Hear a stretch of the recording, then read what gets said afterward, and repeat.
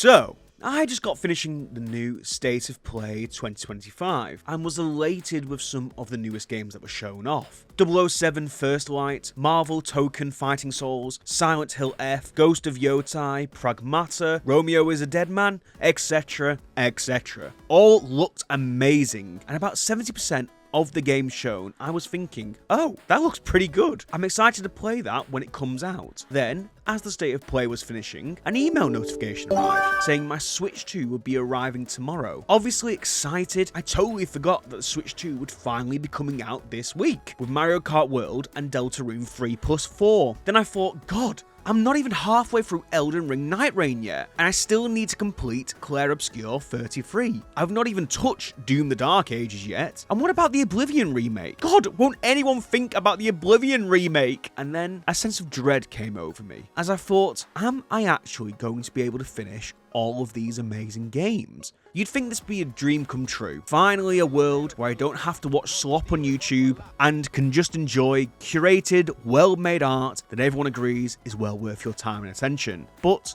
for anyone with a job, a relationship, a body that needs sleep and food, it's a waking nightmare. Let me hit you with a number. The average adult has 3 hours and 44 minutes of free time per day. That's after work, commuting, chores, family, cooking, and hopefully basic hygiene. 3 hours and 44 minutes. That's enough time to maybe watch one movie, a couple of episodes of The Comfort Show, but if you wanted to finish a game like Kingdom Come Deliverance 2, that's 53 hours just for the main story. That's over 2 weeks of your entire free time if you don't get distracted, burnt out, or fall asleep at your desk. Clair Obscure Expedition 33, regarded as one of the best games in the past decade, that's another 27 hours just to finish it and 62 to complete the game. And believe you me, you want to complete that game.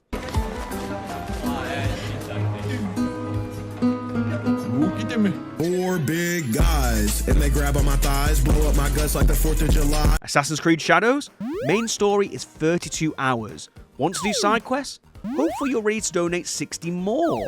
And don't even think about completionist runs. Civ 7's completionist time is 350 hours. That's over 3 months of your free time for one game. Ain't nobody got time for that. From January 1st to July 2nd, the exact midpoint of the year, you would have had 28 days worth of free time to do exactly what you wanted. In that same time period, the games shown on screen from AAA studios have released, and if you wanted to finish all of these games, it would take 519 hours or 21.5 days. To finish them with side quests, it would take 751.5 hours or 31 days, and finally, if you wanted to complete these games, it would be 1,459.5 hours or 60 days, which would actually be impossible to do throughout the entire year of 2025. Why isn't it possible? It's just not. Why not, you stupid bastard? But what about indie games? A lot of the time, they're shorter and designed to be condensed, all thrill, no spills experiences. But if you wanted to finish the games shown, it would take 166 hours or 7 days. Main story with side quests would be 12 days, and finally completing them all would be 26 days, which again, definitely not as bad as the AAAs, but still, this is insane. And don't even get me into AAA gaming's favorite monetary system, live service games. If you wanted to do the Fortnite Battle Pass, playing 1 to 3 games a day, doing your daily quests, weekly quests, and season quests, you will get to level 100 at half the season, which is around 1.5 months. And that's for casual players. Casual! According to Lend EDU Statista, the average Fortnite player logs 6 to 10 hours per week, with 34% playing 6 to 10 hours, 36% at less than 5 hours, and around 17% for 11 to 15 hours. And with an average of 3 hours and 44 minutes of free time per day, 26 hours weekly, a Fortnite habit of 6 to 10 hours per week consumes 23 to 38% of that free time. However, if you're more inclined to the more degenerate waifu live service route, Genshin's daily playtime has between 2 hours and 21 minutes to 3 hours and 30 minutes per session, meaning a Genshin routine of 24.5 hours weekly, which is the top end of the average, could eat up 94% of your available leisure time. That means literally 1.5 hours left to do anything else apart from Genshin. Is it worth it? Oh yeah, it's worth it. If you're strong enough.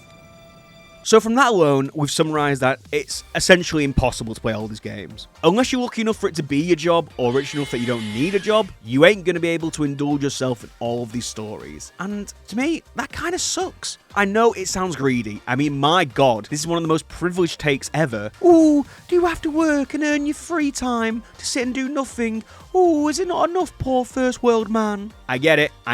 But it's not just me, however, who has these feelings. A 2023 analysis found that 52% of Steam users have never opened at least half of their purchased games, with Valve reporting that Steam users have spent nearly $1.9 billion on games they have never played. Additionally, studies into siege fatigue show that people often feel less satisfied with their decisions when they know they have too many choices. It's called choice overload, or overchoice, and is a well-known psychology concept where too many similar options reduce satisfaction and impair decision making, even with trivial choices, causing the person to have their mental energy sapped and negatively affecting subsequent decisions. I'm sure many of you experience this when you're looking for a film to watch on Netflix, trying to choose the one chocolate bar from your local corner stop, an outfit for you to go on your night out with, or the most obvious one that we're talking about, selecting a game from Game Pass. This vast library of games has a little something for everyone, and at a price point that even the biggest penny pinchers can indulge in, from your indie darlings to the most AAA and quadruple A of games, you can play games to your heart content. So the reason I'm complaining about this, and I feel bad, is because I've got my own dirty little secrets, which is my playlist. A never-ending backlog, which, again, the studios don't care about. I've given them my money when I was hyped high and bushy-tailed, but now it's become a graveyard of good intentions, full of unfinished projects, worlds not fully conquered, and stories without an end. I bought Monster Hunter Wilds, South of Midnight, Indiana Jones, all with the intent of fully immersing myself in these worlds, and getting to the end this time, completing everything and getting that beautiful 100% completion on your save file. And then as you're getting your 100th relic in the Indiana Jones, Donkey Kong Banaza is calling your name, with that catchy tunes, golden bananas, and a catchphrase that I just can't get out of my head. In these Banandium gem in there. Go back! I want to be monkey!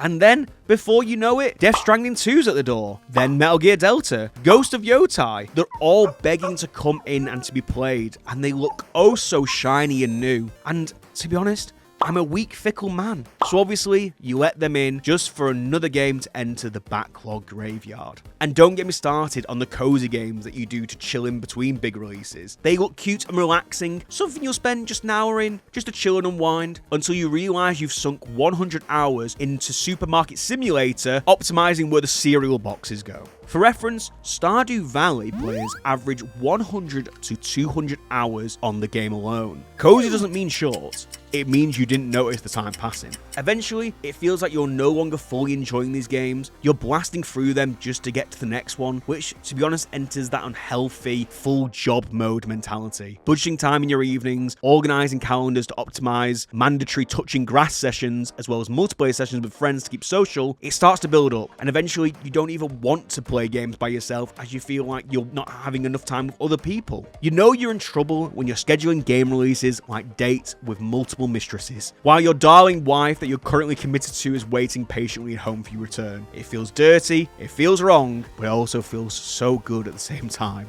It's just wild to me the caliber of games that I've released in recent years, and they are only getting better, even with the AAA industry being an absolute mess right now. The games they provide are nothing short of masterpieces. They're bigger, more addictive, more beautiful, and more time consuming than ever have been. According to How Long to Beat, the average AAA RPG in 2015 was 25 hours. In 2025, it's closer to 35 to 50 hours, and that's not including side content, which is absolutely wonderful. But life, it didn't get any longer in those 10 years. In fact, the older you get, the more life eats away at that time. Be it your partner, kids, job opportunities, your responsibilities pile up, and your once important method of de-stressing and escapism has become harder and harder to enjoy as you finally find the time to sit down to play a game that you know you'll love, only to be tired and inattentive, leading to more and more dissociation and dissatisfaction from something you know that will bring you joy. So often I've had friends who've been really excited about a game only to finally get it, absolutely love it, then not get another chance to pick it up again until days, sometimes weeks later, just because of life getting in the way. Finally returning to the game, forgetting what's actually happening, trying to catch up, feeling less affinity, dropping the game, and repeating the process until finally forgetting it altogether due to losing interest over time. It's unfortunate, as an exact quote from one of my friends was, "I know I like it, I know I want to play it, I know I'll enjoy it, but I just don't have the time. And when I do, I want to do something else now." And I'm sure many people watching can relate to that, as you lose more and more time to do the things that you love to do. We used to wait months for something good to come out. Now, every week is an all-you-can-eat buffet, and we only have time for a snack. It's not even like you can blame the pricing. Because of stuff like Game Pass, Humble Bundle, Epic Games, free games, there's never been a better opportunity for people at the lower financial end to get into games. But we like that crucial commodity no one's ever enough of, and that is time's cruel arrow. So what do? How do we battle this never-ending list? How do we do it all? How do we become the God Gamer? How? I know.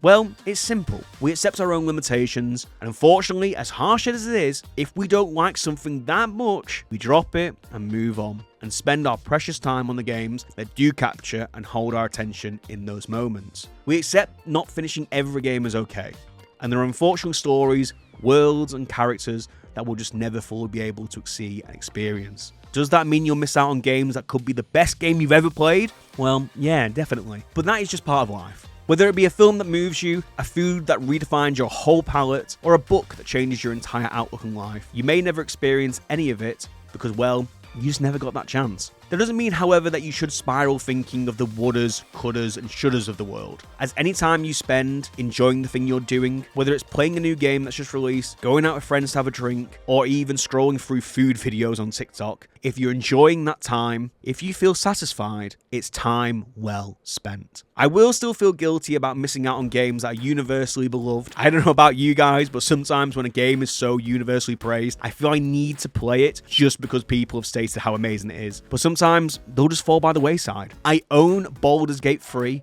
but I've still not started it. I got 60% of the way through Persona 5, and I still haven't finished it. I've still not even finished Red Dead Redemption 2, but I've watched both Naked Jakey's videos on it, which come in an hour. I could have been actually playing the game, but it's fine, right? Right? No. To some people, what I've just said was probably blasphemy, that I haven't finished these games that are quite literally the tippiest toppers of their respective genres. But I would say the same about people who have finished Bioshock, Metal Gear Solid 3, Sly Cooper, Band of Thieves, Elden Ring, etc., and that, at the end of the day, is fine. Those experiences were mine and mine alone. And the fact that I got to experience them just makes me feel grateful for those amazing people out there who make this content, and in fact I know I will still be able to have experiences like them in the future. Maybe someday I'll be able to get to them all. God, I hope so. Maybe it's when I get a free Saturday afternoon. Maybe it's when I retire. Maybe I win some money. Maybe I become a reviewer or streamer. Who knows? And maybe I'll never get to do any of that. And that's fine too. Because the best part of these amazing games that keep coming out, they'll wait for you, paused and ready to pick up at any time. And it seems that most people have clocked onto this. In 2024, only 15% of Steam users' playtime was spent on games released that year, with 47% of players spending time on 1 to 7 year old titles, and 37% of gamers playing games older than 8 years. So right now, yes, the backlog is daunting and ever increasing, and that will never change. But every time I boot up a new game, I'm going in knowing that if it doesn't stick with me, that's fine. I'll move on and play another. But if it does, I get to experience another work of art, which has the potential to live up with some of my all-time favorites. And that, at the end of the day, again, it shapes who you are. So yes, there are many good games in the world, and that's a good problem to have. I just wish that I had more time to really enjoy the masterpieces that have come out and will continue to come out. It's a place of privilege, and I just want to say thank you to all the amazing people who bring us these experiences, as my God, doesn't it make life just feel a bit better sometimes? Now, well, that was very positive, wasn't it? But if you'll excuse me, I've wasted 15 plus hours on this video alone when I could have been completing my Bimbo Dream Season 1 and getting all the different endings. So if you can drop a like and subscribe for this video if you enjoyed it, that would be incredibly appreciated and definitely well worth your time. I've been the Ugly Bartender, thank you for stopping by, and I'll see you next time.